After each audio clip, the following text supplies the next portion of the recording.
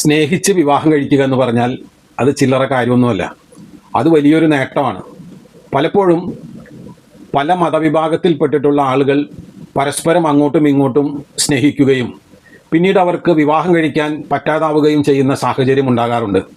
അവർ പലപ്പോഴും മതത്തിൻ്റെ പരിമിതികൾക്കുള്ളിൽ നിന്നുകൊണ്ട് മാത്രം പ്രേമിക്കുകയും സ്നേഹിക്കുകയും പിന്നീട് വിവാഹത്തിൻ്റെ ആവശ്യം വരുമ്പോൾ അത് ഒരു വലിയ ചടങ്ങാണ് എന്ന് കണക്കാക്കി ഒഴിഞ്ഞു മാറിപ്പോകുകയും ചെയ്യാറുണ്ട്. മാതാപിതാക്കളുടെ അല്ലെങ്കിൽ ബന്ധുജനങ്ങളുടെ താല്പര്യക്കുറവ് മൂലം പലരും വിവാഹം വേണ്ട എന്ന് വെക്കുന്നവരുണ്ട്. എന്നാൽ ഇന്ത്യ എന്ന് പറയുന്ന ഒരു രാജ്യത്തെ കണക്കാക്കി നോക്കുമ്പോൾ നമുക്ക് പ്രത്യേകം മതങ്ങൾ ഉണ്ട് എന്നുണ്ടെങ്കിലും അവയെ തമ്മിൽ കോർത്തിണക്കുവാൻ പാകമുള്ള നിയമങ്ങളും നമുക്കുണ്ട്. അതിലൊന്നാണ് സ്പെഷ്യൽ മാരേജ് ആക്ട് എന്ന് പറയുന്നത്. ഈ സ്പെഷ്യൽ മാരേജ് ആക്ട് എന്ന് പറയുന്നത് ഏത് മതവിഭാഗത്തിൽപ്പെട്ട ആളുകൾക്കും പരസ്പരം അങ്ങോട്ടും ഇങ്ങോട്ടും മതമെന്ന് പറയുന്ന കാര്യം മാറ്റിവെച്ചുകൊണ്ട് വിവാഹം എന്ന് പറയുന്ന കാര്യത്തിന് പ്രാമുഖ്യം കൊടുത്തുകൊണ്ട് വിവാഹ ജീവിതത്തിലേക്ക് കടക്കുവാനുള്ള എളുപ്പവഴിയാണ് ഈ പറയുന്ന സ്പെഷ്യൽ മാരേജ് ആക്ട് എന്ന് പറയുന്നത്. അതിൻ്റെ ഫണ്ടമെൻ്റൽ കാര്യമെന്ന് പറയുന്നത് പാർട്ടികൾ തമ്മിലുള്ള ഐക്യവും ഒരുമയുമാണ്. ഇനി രണ്ടാമതായി, ഈ ആക്ടിൻ്റെ കീഴിൽ നിങ്ങൾക്ക് എന്തെങ്കിലും ഒരു കാര്യം ചെയ്യണമെന്നുണ്ടെങ്കിൽ, നിങ്ങളൊരു പുരുഷനാണെങ്കിൽ നിങ്ങൾക്ക് വിവാഹം കഴിക്കണമെങ്കിൽ ചുരുങ്ങിയത് 21 വയസ്സെങ്കിലും പ്രായമായിരുന്നിരിക്കണം. അതേസമയം അത് ലേഡിയാണെങ്കിൽ അദ്ദേഹത്തിന് 18 വയസ്സ് പ്രായമായാലും മതി. അപ്പോൾ ഈ പറയുന്ന 2 വയസ്സ് ഈ പറഞ്ഞ പ്രായപൂർത്തി തികഞ്ഞ ആളുകൾക്ക് ഏത് ജില്ലയിൽ വേണമെങ്കിലും ഇപ്രകാരം വിവാഹം കഴിക്കുന്നതിനുള്ള സ്വാതന്ത്ര്യമുണ്ട്.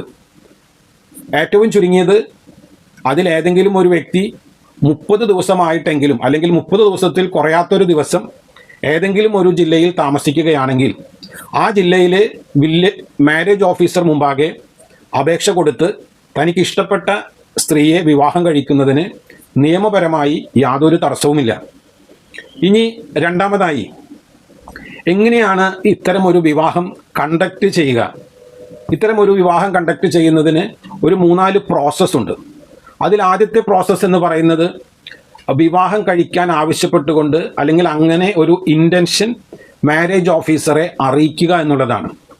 എനിക്ക് എക്സ് എന്ന് പറയുന്ന ആളെ വിവാഹം കഴിക്കണമെന്നും ഈ എക്സ് എന്ന് പറയുന്ന ആൾക്ക് എന്നെ വിവാഹം കഴിക്കണമെന്നും ആഗ്രഹമുണ്ടെന്നും അങ്ങനെ രണ്ടുപേരും പരസ്പരം അങ്ങോട്ടും ഇങ്ങോട്ടുമുള്ള ഇൻറ്റൻഷൻ മാരേജ് ഓഫീസറെ അറിയിക്കുമ്പോൾ, സാധാരണ മാരേജ് ഓഫീസർ എന്ന് പറയുമ്പോൾ അത് സബ് രജിസ്ട്രാർ ഓഫീസ് ആയിരിക്കാം, അല്ലെങ്കിൽ ജില്ലാ രജിസ്ട്രാർ ആയിരിക്കാം. അപ്പോൾ തീർച്ചയായും ഈ പറയുന്ന ആളെ എനിക്ക് വിവാഹം കഴിക്കണമെന്നുള്ള ഇൻറ്റൻഷൻ കൃത്യമായി ഈ പറയുന്ന മാരേജ് ഓഫീസറെ അറിയിച്ചു കഴിയുമ്പോൾ മാരേജ് ഓഫീസർ ചെയ്യുന്ന കാര്യങ്ങൾ എന്ന് പറയുന്നത് അദ്ദേഹം അത് വേണ്ടതായ ഫോമുകളിൽ ഫില്ല് ചെയ്ത് വാങ്ങിച്ച് അദ്ദേഹം ഇവരുടെ ഇൻറ്റൻഷൻ ആദ്യം തന്നെ റെക്കോർഡ് ചെയ്യും. അതിനുശേഷം മാരേജ് ഓഫീസർ എന്ത് ചെയ്യും? മാരേജ് ഓഫീസർ ഈ പറയുന്ന ഇൻറ്റൻഷൻ ഒരു നോട്ടീസ് ഫോർമാറ്റിലാക്കി അത് നോട്ടീസ് ബോർഡിൽ പബ്ലിഷ് ചെയ്യും. ഈ മാരേജ് ഓഫീസറുടെ നോട്ടീസ് ബോർഡിലും അതുപോലെ ഇവർ 2 പേരിൽ ആരെങ്കിലും ഒരാൾ അല്ലെങ്കിൽ 2 പേരും പെർമനൻ്റായിട്ട് എവിടെയാണോ താമസിക്കുന്നത് ആ മാരേജ് ഓഫീസർക്ക് ഇവിടെ നിന്നും നോട്ടീസ് അയച്ചു കൊടുക്കും. ആ മാരേജ് ഓഫീസർ അത് പെർമനൻ്റ് റെസിഡൻ്റായി വരുന്ന ഇദ്ദേഹത്തിൻ്റെ അല്ലെങ്കിൽ ആ ലേഡിയുടെ അഡ്രസ്സ് വരുന്ന സ്ഥലത്തെ നോട്ടീസ് ബോർഡിൽ ഇത് പബ്ലിഷ് ചെയ്യും.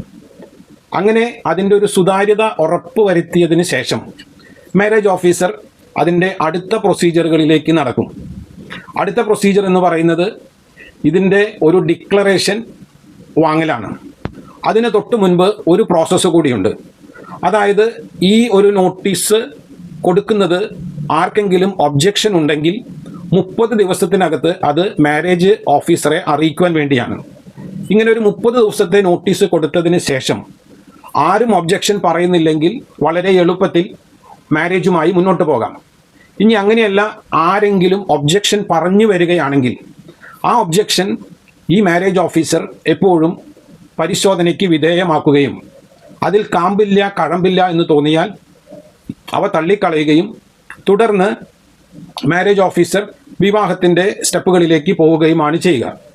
ഇനി ഈ വിവാഹത്തിൻ്റെ സ്റ്റെപ്പിലേക്ക് പോകുമ്പോൾ പ്രധാനമായും അവിടെ ഒരു ഡിക്ലറേഷൻ ആവശ്യമുണ്ട്. ഈ ഡിക്ലറേഷൻ എന്ന് പറയുന്നത് പ്രസ്താവന അല്ലെങ്കിൽ സത്യപ്രസ്താവനയാണ്. അത് സാക്ഷികളുടെ സാന്നിധ്യത്തിലായിരിക്കണം ചെയ്യേണ്ടത്. അതെങ്ങനെയാണ് ആ പ്രോസസ്സ് നടക്കുന്നത്? സാക്ഷികളുടെ സാന്നിധ്യത്തിൽ നടക്കുന്ന പ്രോസസ്സ് ഇതാണ്. രണ്ടുപേരും പരസ്പരം അങ്ങോട്ടും ഇങ്ങോട്ടും ഭാര്യ ഭർത്താക്കന്മാരായി ജീവിക്കുവാൻ തയ്യാറാണ് എന്ന് മാരേജ് ഓഫീസറുടെ സാന്നിധ്യത്തിലും 3-ൽ കുറയാത്ത സാക്ഷികളുടെ സാന്നിധ്യത്തിലും പ്രസ്താവന നടത്തുമ്പോൾ അതൊരു ഡിക്ലറേഷനായി കണക്കാക്കി ഇവരുടെ വിവാഹം നടത്തി കൊടുക്കാവുന്നതാണെന്ന് മാരേജ് ഓഫീസർക്ക് ബോധ്യം വരികയും ചെയ്താൽ തീർച്ചയായും അതിൻ്റെ അടുത്ത പടിയിലേക്ക്, വിവാഹം എന്ന് പറയുന്ന അടുത്ത പടിയിലേക്ക് കടക്കുകയാണ്. വിവാഹം എന്ന് പറയുന്ന പടിയിൽ സാധാരണഗതിയിൽ നാം പുറത്ത് കാണാറുള്ള മതാചാരപ്രകാരമുള്ള വിവാഹത്തിന് വിരുദ്ധമായി ഒരുപക്ഷെ ഏത് ചെറിയ ഫോർമാറ്റ് വേണമെങ്കിലും ഉപയോഗിച്ചുകൊണ്ട്, ഒന്നുകിൽ മോതിരം കൈമാറിക്കൊണ്ടോ, അല്ലെങ്കിൽ വെറുതെ മാലയിട്ടതുകൊണ്ടോ, അല്ലെങ്കിൽ താലി കെട്ടിക്കൊണ്ടോ, അതിലേത് മോഡൽ വേണമെങ്കിലും വിവാഹം നമുക്ക് ആ മോഡൽ നമുക്ക് എടുക്കാവുന്നതാണ്. അങ്ങനെ പ്രത്യേകിച്ച് ഇന്നതുപോലെ ചെയ്യണമെന്നൊന്നും ഇല്ല. അങ്ങനെ ഈ പറയുന്ന വിവാഹത്തിൻ്റെ ചടങ്ങുകൾ ചെയ്തതിന് ശേഷം ഈ ചടങ്ങുകൾ വേണമെങ്കിൽ സബ് രജിസ്ട്രാർ ഓഫീസിൽ ചെയ്യാം, അല്ലെങ്കിൽ സബ് രജിസ്ട്രാർ ഓഫീസർക്ക് വിരോധമില്ലാത്ത ഏതെങ്കിലും കൺവീനിയൻ്റ് ആയ ഒരു സ്ഥലത്ത് വെച്ചും ഇത് ചെയ്യാം. ഇങ്ങനെ ചെയ്തു കഴിഞ്ഞാൽ അത് സാക്ഷികളുടെ സാന്നിധ്യത്തിൽ കൂടി ആയിരിക്കണം, മാരേജ് ഓഫീസറുടെ സാന്നിധ്യത്തിൽ കൂടി ആയിരിക്കണം. അങ്ങനെ ഈ സംഗതികൾ കഴിഞ്ഞാൽ പിന്നെ അടുത്ത പടിയാണ്. അടുത്ത പടി എന്ന് പറയുന്നത്, ഇവിടെ മാരേജ് ഓൾറെഡി കഴിഞ്ഞു. ഇനി അടുത്ത പടി, നിങ്ങൾക്ക് ആ മാരേജ് നടന്നു എന്നതിൻ്റെ ഒരു പ്രൂഫ് ലഭിക്കണം. അതിന് മാരേജ് ഓഫീസർ നിങ്ങളെ സഹായിക്കും. നിങ്ങളുടെ വിവാഹം കഴിഞ്ഞതിന് ശേഷം നിങ്ങളുടെ വിവാഹം കഴിഞ്ഞു എന്ന് കൺസേൺഡ് രജിസ്റ്ററുകളിൽ എൻ്റർ ചെയ്തതിന് ശേഷം നിങ്ങൾക്ക് മാരേജ് ഓഫീസർ ഒരു സർട്ടിഫിക്കറ്റ് ഇഷ്യൂ ചെയ്യും. ഈ സർട്ടിഫിക്കറ്റ് നിങ്ങളുടെ വിവാഹം ഒരു സാധുവായ വിവാഹമാണെന്ന് മാരേജ് ഓഫീസർ സർട്ടിഫൈ ചെയ്ത് തരുന്ന ഒന്നാണ്. അപ്പോൾ ഇതാണ് സാധാരണഗതിയിൽ സ്പെഷ്യൽ മാരേജ് ആക്ട് പ്രകാരമുള്ള ഒരു വിവാഹത്തിൻ്റെ സാധാ നടപടികൾ.